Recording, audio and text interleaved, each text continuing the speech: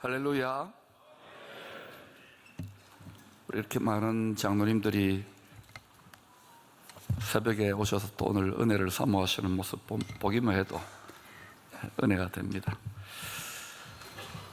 천사는 오직 하나님의 온전하신 뜻을 받드는 자들입니다.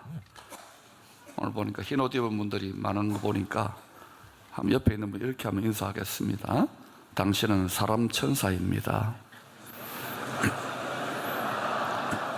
앞뒤로 또 한번 인사하겠습니다. 당신은 사람 천사입니다. 예.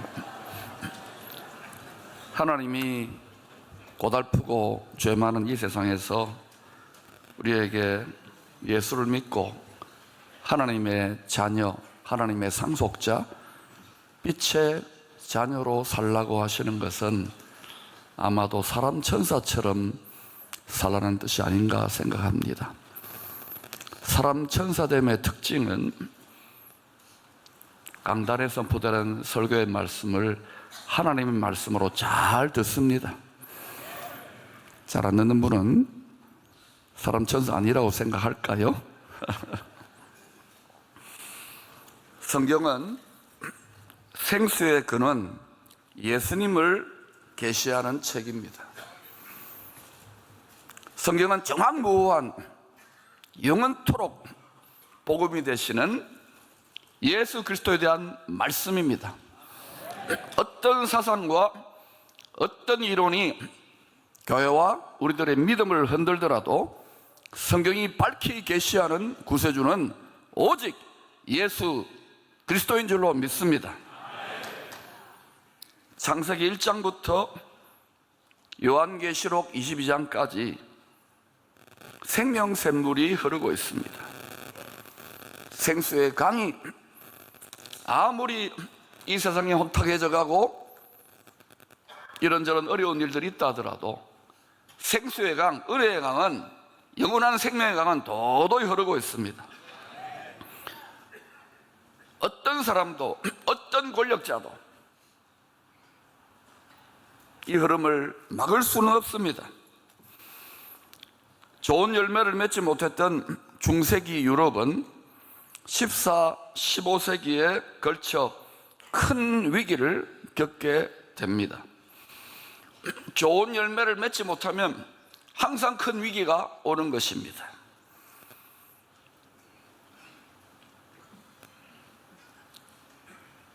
흑사병으로 유럽 사람들 약 30에서 50%가 죽습니다. 당시는 전부 다 로만 캐톨릭, 소위 종교개혁이 일어나기 전에 중세기 교회 시대였는데 거의 30%, 50%가 죽어요.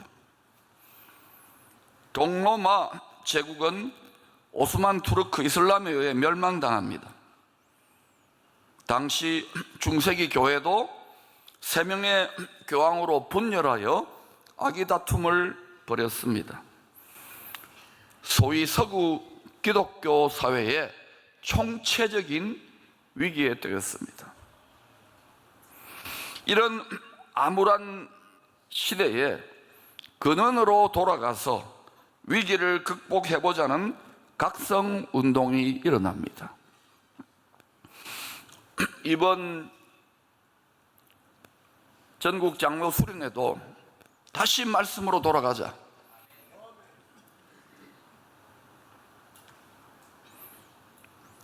이 각성운동을 아드 폰테스라 불렀습니다. 시편 42편 1절에 시냇물이라는 라틴어 아드 폰테스에서 유래된 말입니다. 하나님이여 사슴이 시냇물, 아드 폰테스입니다. 하나님이여 사슴이 시냇물을 찾기에 갈급함 같이 내 영혼이 주를 찾기에 갈급하니이다. 시냇물을 주님에 비유한 거예요. 아들은 전치사 투어입니다. 방향을 제시하는 것이고 폰테스는 파운틴, 분수가 솟아나듯이 죄악의 바다 같은 이 세상에서 계속해서 지하수가 생명샘이 솟듯이 솟아나는 것을 폰테, 라틴어예요. 분수가 솟아나는 거예요. 그 분수가 솟아나는 생수의 근원으로 돌아가자. 이것이 아드 폰테스입니다. 하나님께로 돌아가자. 성경으로 돌아가자. 성령으로 돌아가자. 신앙 각성 운동입니다. 이 아드 폰테스의 흐름은 점점 두 지류로 나누어집니다. 항상 그런 것 같아요. 하나는 고대 로마와 헬라 철학에서 진리가 있을 듯이 기웃거리는 인본적인 흐름입니다. 이런 흐름이 14, 16세기 르네상스, 18세기 계몽주의로 나타납니다. 교회의 잘못과 좋은 열매 맺지 못하는 일들에 대한 하나의 반동이죠. 지식인들의, 지성인들의. 더 나아가 이것이 19세기 자유주의 신학, 인본적인 신학의 사상적 배경이 됩니다. 또 하나의 흐름은 하나님의 말씀인 성경으로 돌아가자, 성령으로 돌아가자는 것입니다. 이 생명수의 시냇물이 종교개혁으로까지 이어집니다. 우리가 잘 아는 종교개혁의 핵심 강령, 오직 성경으로 솔라 스크립투라는 초기 아드 폰테스의 업그레이드 버전입니다. 우리는 그 물줄기를, 그 생수의 물줄기를 이어받고 있다는 것을 절대로 잊어서는 안 될 것입니다. 요한복음 4장 14절에서 내가 주는 물을 마시는 자는 영원히 목마르지 아니하리니 내가 주는 물은 그 속에서 영생하도록 솟아나는 샘물 폰테스가 되리라. 우리 속에 생명수가 솟아나야 좋은 마음밭입니다. 우리는 좋은 씨, 복음의 씨를 받았던 천국의 아들들이기 때문에 생명수를 만나지 못하면 시들시들해집니다. 쭉정이가 되는 거예요. 성경은 사람에게 영과 혼과 육체가 있다고 증거합니다. 이 세상의 사람들은 그저 육체의 생명이 전부 다인 양, 한 100년 남짓, 또 요즘 세계적인 재벌이나 또 엄청난 지식인들이 영생 기술, 영생 비즈니스를 논합니다.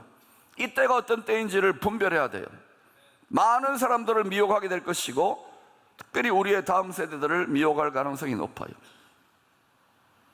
영생은 오직 생수의 근원이신 하나님께서 주시는 것입니다. 죄로 인하여 사망이 왔다는 것을 알아야 돼요. 죄의 문제를 해결하지 않고서 영생 부활 천국 없습니다. 오직 예수 그리스도가 십자가에 피 흘려서 그 희생양의 가죽옷을 뒤집어 씌워졌기 때문에 우리의 부패한 죄와 허물을 덮고 생수가 흐르는 아버지의 본향집에 나아갈 수 있는 것입니다. 영혼 육이 있기 때문에 영혼 육 세 가지 차원의 목마름이 사람에게 있습니다. 육신적으로 목마르면 시원하게 냉수 한 사발 마시면 해결이 됩니다. 그러나 어디 그것만으로 우리가 해결됩니까? 사람에게는 육신적 목마름을 넘어 혼적 목마름이 있습니다. 정신적인, 정서적인, 지적인 목마름입니다. 이 혼적인 목마름을 채우고자 학문, 연애, 예술, 또 취미 등등 여러 가지 활동에 몰두합니다. 그걸 사람들이 힐링 받았다 그래요. 성도도 힐링 받았다 그래요. 거기에 낙을 찾아요. 정신 차려야 될 때입니다. 성도들, 하나님의 백성들은 하나님 안에서 낙을 찾아야 됩니다. 성경 말씀에서 낙을 찾아야 되고, 기도와 예배를 통하여 낙을 찾아야 되고, 찬양을 통하여 낙을 찾아야 됩니다. 우리가 낙이 어디 있습니까? 저도 이제 보세요. 여기 단풍 좀 들어가잖아요. 여기 단풍 든 청년들이 제법 많아요. 인생 속지 맙시다. 하나님 말씀이 낙이 될 때 얼마든지 우리 마음에 해와 같은 기쁨이 있는 거예요. 평강이 있는 거예요. 안식이 있는 거예요. 소망이 있는 거예요. 앞으로 이 세상 점점 더 흔들릴 것입니다. 성경대로 가고 있는 것입니다. 큰 기쁨에 좋은 소식을 전해준 사람들은 사람이 아니죠. 천사가 전해줬어요. 하늘에서 파송된 천사 입장에서는 큰 기쁨의 좋은 소식이에요.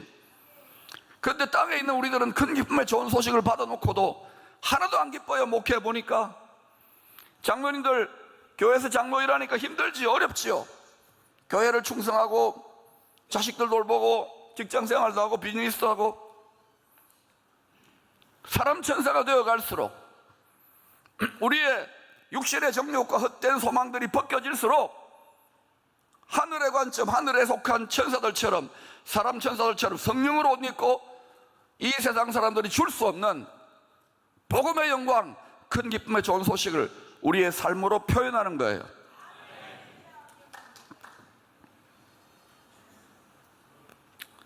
육적인 혼적인 목마름이 충족되어도 대한민국은 한류열풍에 힘들다 그러지만 전 세계가 부러워하고 이전에는 우리를 우습게 여겼던 서양 사람들까지 와가지고 야 좋다, 한국 좋다. 한류열풍은 일미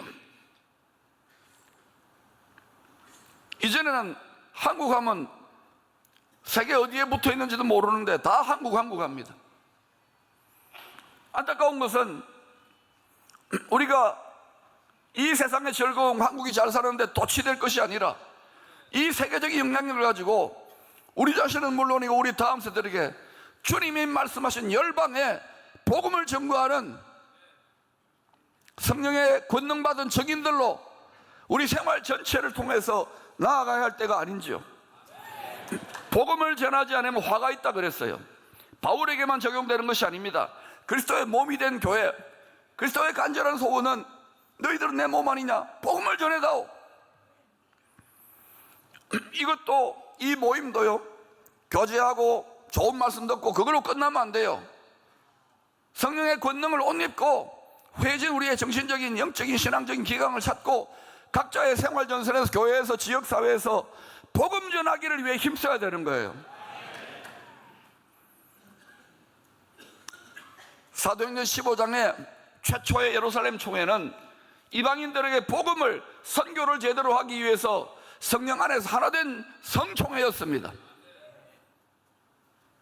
그 어떤 대의명분도 이 모임의 목표를 거스를 수 없는 거예요. 그것이 하늘에 있는 장자들의 총회의 목표에 부합하는 것입니다. 지금 우리는 장자교단, 교회에서 가장 장자급에 해당되는 어른들이 여기 다 모여 계십니다. 하늘에 속한 장자들의 총회, 하나님의 보좌 앞에 선자들처럼 성령으로 옷 입고 말씀으로 옷 입고 생활로서 복음 전하는 일에 전심전력해서 우리 다음 세대들이 그 길을 밟아올 수 있도록 힘든 길입니다. 눈물 나는 길입니다. 그러나 기쁨으로 하늘 영광을 바라보고 이 길을 걸어갈 수 있기를 격려합니다.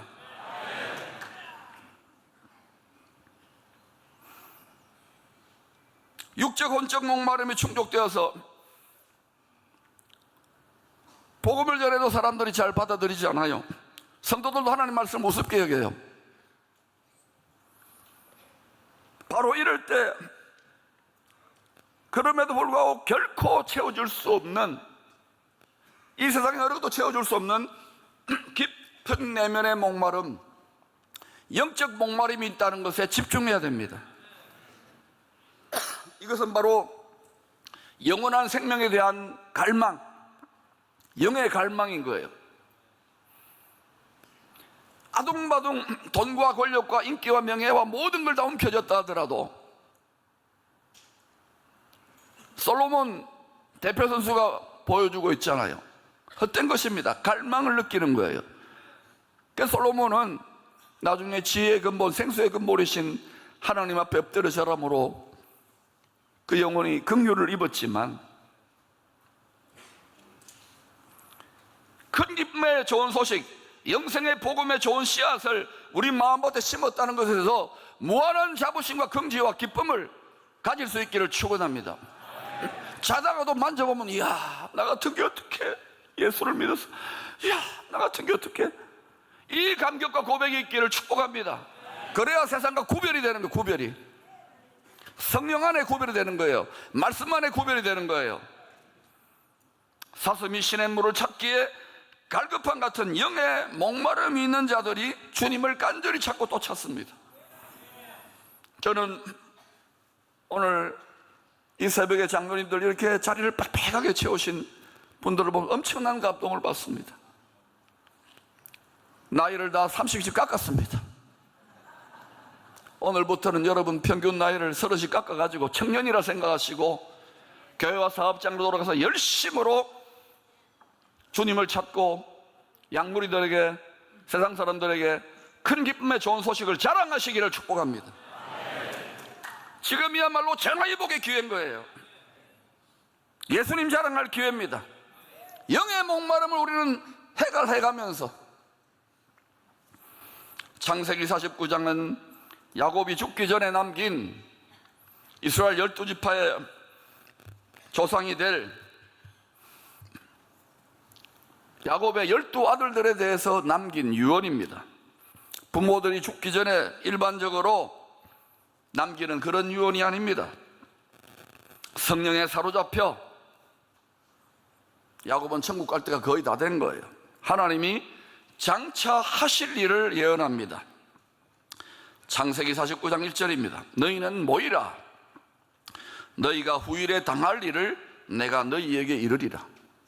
너희가 후일에 당할 일을 내가 너희에게 이르리라. 주님이 초림하셨지요. 또 재림하실 것입니다. 너희가 후일에 당할 일을 내가 너희에게 이르리라. 성경은 전부 다 예수님 이야기예요. 초림과 재림 이야기. 핵심을 놓치고 이런저런 지엽적인 거 붙들다가는 당합니다.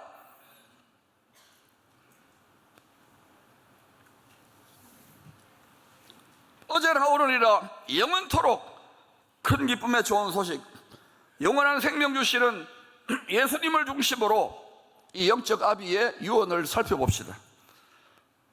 야곱의 유언은 이스라엘 12지파를 통하여 창세전부터 예비된 구세주 예수님을 통한 하나님의 구원 계획의 청사진입니다. 야곱의 12아들들 중에서 유다를 조상으로 하는 유다지파에서 예수님이 태어납니다. 혈과 육으로는 야곱 족속 유다지파 다윗 왕의 혈통으로 오셨지요. 근데 요셉은 혈과 육이 아닌 하나님의 뜻을 이루고자 야곱 족속에게 속하지 않고 이방인 구원을 위하여 택함을 받은 그릇입니다. 즉 야곱의 12아들들 중에 이스라엘과 이방 나라들, 열방을 말하지요. 이스라엘과 이방 나라들의 구원자가 되실 분의 배역을 잠시 맡은 주인공이 된 것입니다. 요셉에 대한 야곱의 예언은 세 가지 차원으로 해석할 수 있습니다. 첫 번째, 야곱 족속 이스라엘과 요셉 족속 이방인의 남은 자들이 예수 안에서 하나님의 한 가족으로 화목하게 될 것에 대한 예언입니다. 지금은 야곱 족속 이스라엘과 그들은 가정적인 개인적인 장자가 아니라 민족적인 장자입니다. 특히 아브라함의 씨인 이스마엘과 또 야곱과 에서 속에서 이슬람과 이스라엘이 엄청나게 한 가족의 싸움을 하는 거기에 열방 모든 민족이 엮여 들어갈 것입니다. 그러나 분명히 예수 안에서 성경대로 하나님의 한 가족으로 화목하게 될 것에 대한 예언을 이 야곱의 12아들 예언이 이야기하고 있는 것입니다. 두 번째, 장차 하나님의 원수된 죄인들을 구원하기 위한 화목 제물로 드려질 주님에 대한 예언입니다. 주님이 우리에게 주신 복음의 말씀은 율법의 말씀이신 주님 자신이 십자가에 깨뜨려져서 죄와 사망, 사람들의 죄를 정죄하는 법이 아니라 사람들에게 생명을 주고 은혜를 주고 덮어주는 생명의 성령의 복음이 되신 것입니다. 우리에게 화목케 하는 말씀을 주셨어요. 화목의 제물이 되어야 되는 거예요. 사랑하는 장로님들, 세상 살고 또 한 가문으로 한 가족으로 또는 직장에서 사업장에서 심지어는 교회에서 마음에 안 드는 일들이 자꾸 생겨날 거예요. 요셉이야말로 대표 선수 아닙니까? 예수님이야말로 대표 선수 아닙니까? 근데 요셉도 예수님도 화목 제물의 삶을 어떻게 살아야 되는지를 보여준 거예요. 말이 아니라 눈으로 보여준 것입니다. 쉽지는 않지만 하나님의 영의 권능을 옷 입으면, 예수의 영에 씌이면 우리 힘으로는 안 돼요. 악독이 올라오기 때문에. 예수님이 씌이면 내 자아를, 나의 선악지식 판단을 반납하고 하나님의 화평케 하는 말씀의 직분자 역할을 감당하게 되는 거예요. 사랑하는 장로님들은 이번에 은혜를 받고 지역계로 돌아가셔서 장로님들이 가 섬기는 곳마다 화평케 하는 일들이 일어나기를 축원합니다. 교회는 완전한 곳이 아니에요. 우리 몸이 완전하지 않듯이 그리스도의 한 몸이지만 여기저기 병들고 상처나고 찢깁니다. 심지어는 암이 생기기도 합니다. 그러나 분명히 예수 그리스도와 한 몸 된 자들이 영원한 생명의 복락의 주인공이 될 것입니다. 그래서 예수 믿는 것이 이 세상의 관점으로는 불쌍해 보일지 몰라도 영생부활 천국의 관점에서는 가장 큰 기쁨의 좋은 소식이 맞습니다. 세 번째, 생명나무 예수님께 믿음의 가지로 접붙여져 부활의 열매를 맺게 될 수많은 하나님의 자손들, 성도들에 대한 예언입니다. 그러므로 요셉에 대한 아버지 야곱의 축복은 오늘 이 시대에 우리에게도 얼마든지 적용될 수 있는 축복입니다. 불화살을 쏘는 시험하는 자 마귀는 요셉이 야곱의 다른 아들들과 달리 주님의 예표로 택함받은 그릇임을 잘 알고 있었습니다. 그래서 주님을 통하여 이루실 하나님의 뜻을 대적하고자 형들의 시기심을 충동질하여 죽이려고 했던 것입니다. 창세기 49장 23절입니다. 활 쏘는 자가 형들이 아닙니다. 그 배후에 그들의 시기 질투심을 이용해서 활을 쏘는 자가 있는 거예요. 그를 학대하며 적개심을 가지고 그를 쏘았더라.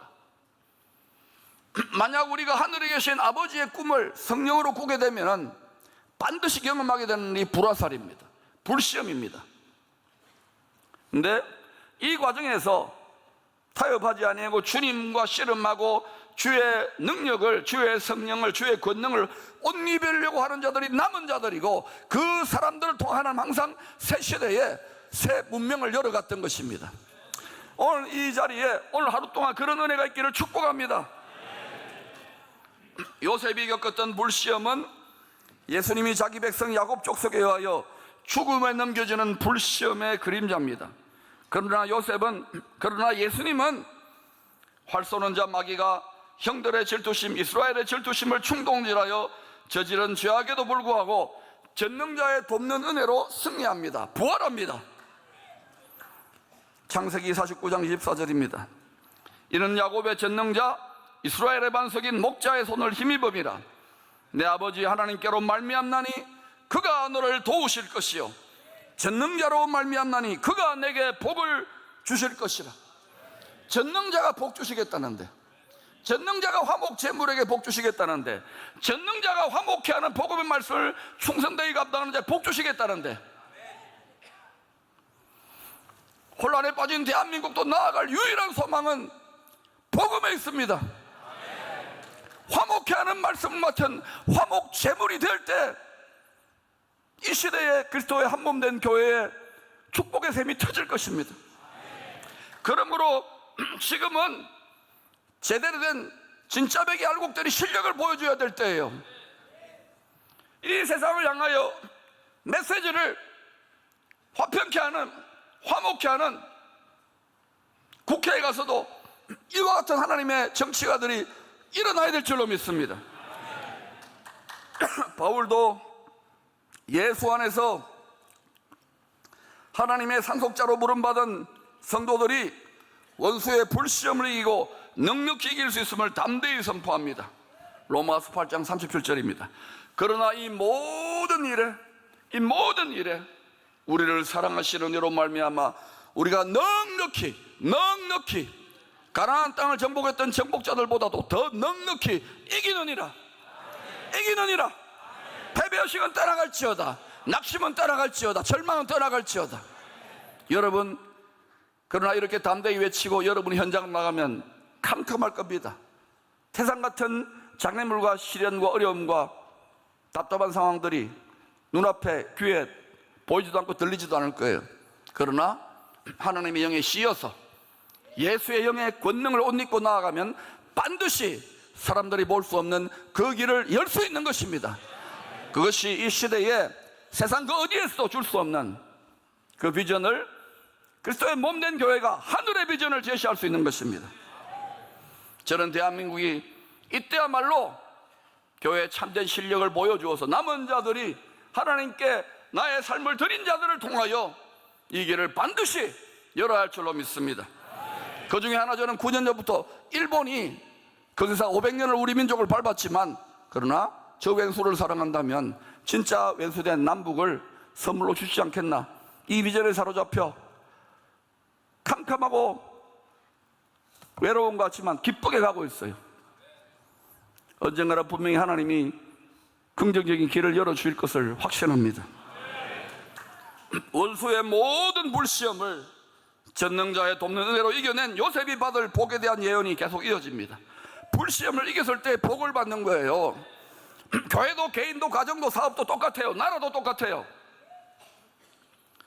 이는 모든 시험들을 이기고 부활의 첫 열매가 되신 예수님이 받으실 복에 대한 예언입니다. 사람이 죽는 것보다 더한 불시험이 어디 있습니까?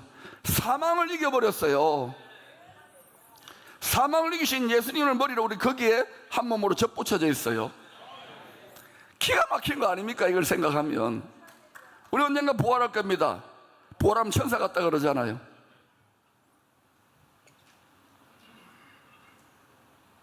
또한 원수의 불시험을 믿음으로 이겨낸 연단된 성도들이 받을 복에 대한 예언이기도 합니다. 첫째, 위로 하늘의 복과 아래로 깊은 샘의 복을 받게 됩니다. 죽음의 시험을 이기고 부활하신 예수님이 아버지께 받은 복을 제자들에게 설명합니다. 하늘과 땅의 모든 권세를 내게 주셨으니, 위로 하늘의 복과 아래로 깊은 샘의 복입니다. 하늘과 땅의 모든 권세입니다. 하늘과 땅의 모든 것을 상속받은 상속자의 권세를 죽기까지 복종하신 그 죽음의 불시험도 이긴 예수님에게 위임해 주신 거예요. 우리도 이 권세를 위임받아야 될 줄로 믿습니다. 두 번째, 젖먹이는 복과 태복을 받을 것이라고 합니다. 요셉은 애굽 제사장의 딸과 결혼하여 므낫세와 에브라임을 낳습니다. 창세기 48장을 보면 야곱은 요셉의 두 아들, 즉 두 손자들을 자기 소유, 자기 자식으로 삼겠다고 합니다. 노역인가요? 할아버지가? 그 뜻이 아니지요. 하나님의 그리스도를 향한 놀라운 뜻이, 비밀이 숨어 있는 거예요. 이후에 요셉 너를 통해서 태어날 자녀들은 요셉의 소유, 요셉 족속이라고 하늘에서 세법을 정한 거예요. 이는 예수님의 예표인 요셉에게 야곱이 선포한 축복대로 장차 예수님을 믿음으로 하나님의 무수한 자녀들이 태어날 것에 대한 예언입니다. 주님이 주신 적과 같은 복음의 말씀을 먹고 성도들의 속사람이 자라나게 되죠. 존경하는 장로님들, 설교 수없이 들어왔을 것입니다. 설교는 듣는 것이 아니에요. 보는 것이 아니에요. 먹는 거예요. 씹어 먹는 거예요. 마시는 거예요. 그때 우리 겉사람이 아니라 혼이 아니라 우리 속엔 영의 사람이 무럭무럭 성장하는 거예요. 설교 딱 듣는 거 보면 알아요. 아무리 부족한 나귀 같은 사역자가 섰다 하더라도 물론 강단의 메신저가 중요하겠죠. 기도해 주셔야 됩니다. 우리 목사님들요, 세상에 온갖 세속의 말의 씨앗들, 지식의 씨앗들이 막 뿌려져 가지고 성도들의 마음밭이 다 쑥대밭이 되어 있는 데다가 성경도 잘 안 읽잖아요. 기도도 안 하고 거기에다가 복음의 씨를 뿌리면 다 지쳐가지고요, 이걸 밭갈이하고 밭을 갈아엎어가지고 복음의 씨를 뿌려서 열매를 쫓게 나게 하는 농사 중에 제일 힘든 농사가 사람 농사고 자식 농사더라고요. 울며 씨를 뿌리고 울며 농사 짓는 거예요. 기쁘게 해야 돼, 기쁘게. 할렐루야. 이 어려운 직무를 맡은 목사들 부족하지만 그들 도우라고 여러분을 세워놓았다는 것을 기억하시기를 바랍니다. 우리 목회자들의 부족함을 여러분이 메꾸어 주셔야 되는 거예요. 세 번째, 영원한 산이 하늘이 없음 같이 복이 요셉의 머리로 돌아갈 것이라고. 한없는 복이에요. 부활하신 예수님이 영원히 한이 없는 생명, 한량없는 만복 거론이 되심으로 이 축복도 성취되지 않습니까? 반드시 하나님 말씀만이 서게 될 것입니다. 이 세상도 육체정도 다 티끌로 따라가지만 오직 예수 그리스도의 말씀, 여호와의 말씀만이 영원히 서게 될 것입니다.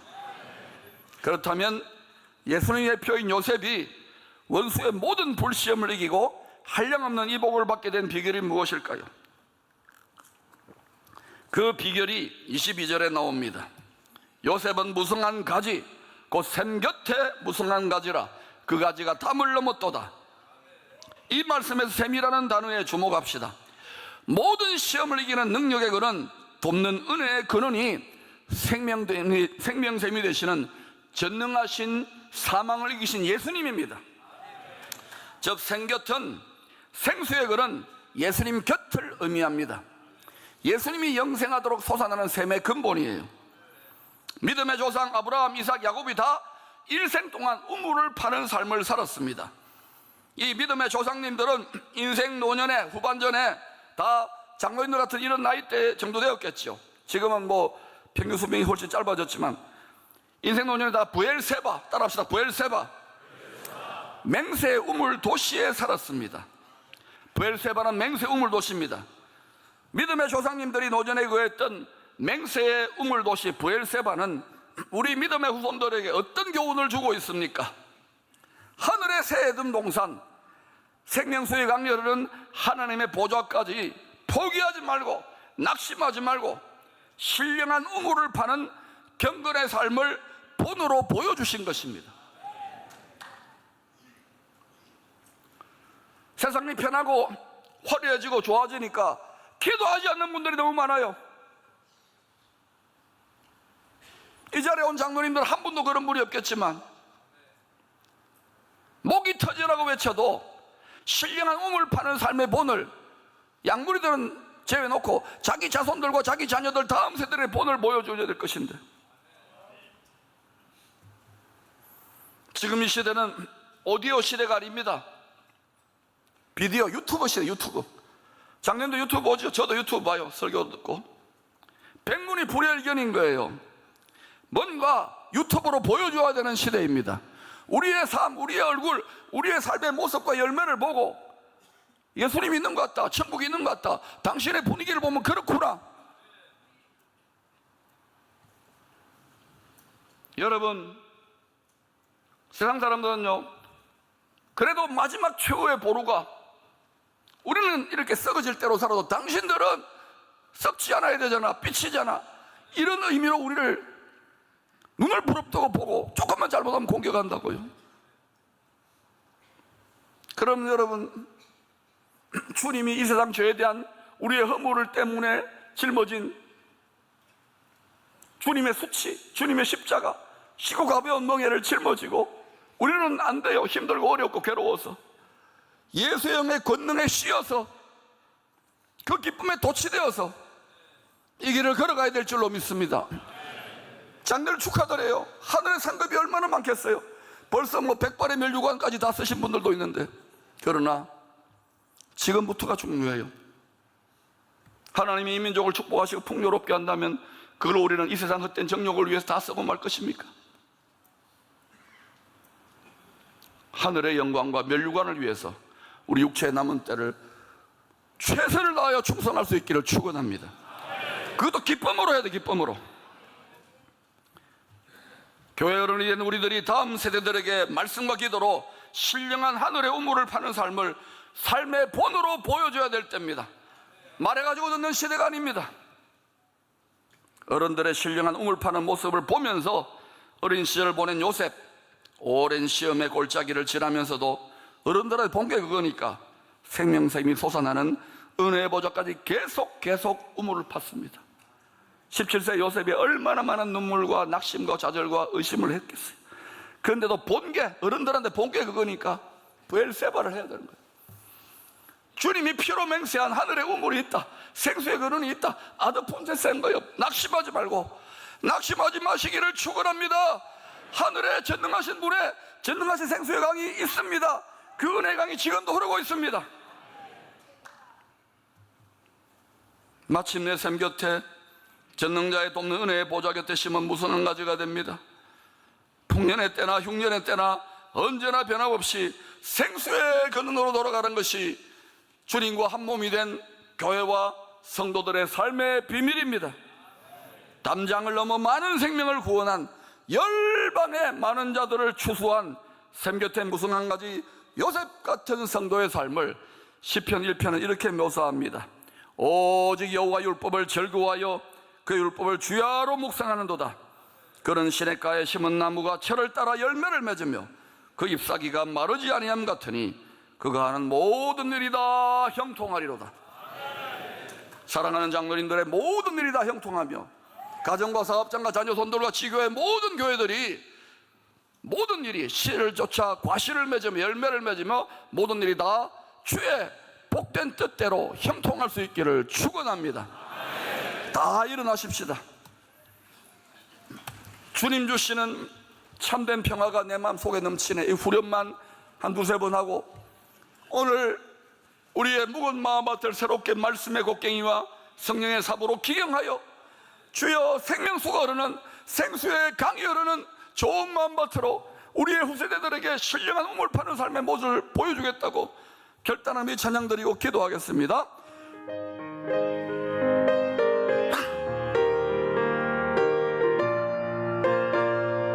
하나님의 은혜로 합시다.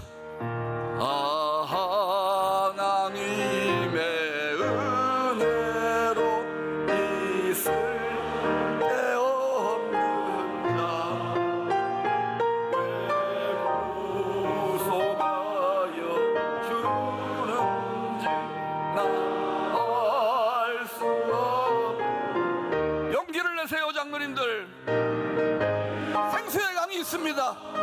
우리의 심령으로 털러 넘칠 거예요.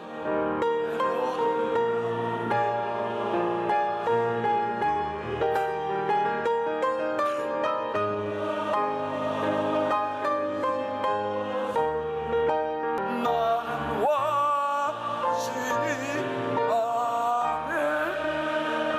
아멘. 제가 마무리 기도하겠습니다. 이제는 우리 주 예수 그리스도의 놀라우신 은혜와 하늘아버지의 크고 망극하신 사랑과 연약하고 미련하여 자주 육체를 따라 자빠지고 넘어지는 우리들이지만 포기할 수 없는 사랑으로 이렇게 세우시는 아버지의 영과 아들의 영 성령 보혜사의 돕는 은사가 오늘 함께 이 자리를 지키며 새롭게 은혜의 당비를 받아 이 시대의 신령한 우물을 파는 아드폰테스의 삶을 실천하기를 원하는 모든 존귀한 지역교회 장로님들 머리 위에 그 교회와 가정과 사업장과 자손들 위해 예로부터 영원까지 함께 하시기를 축원하옵나이다. 아멘.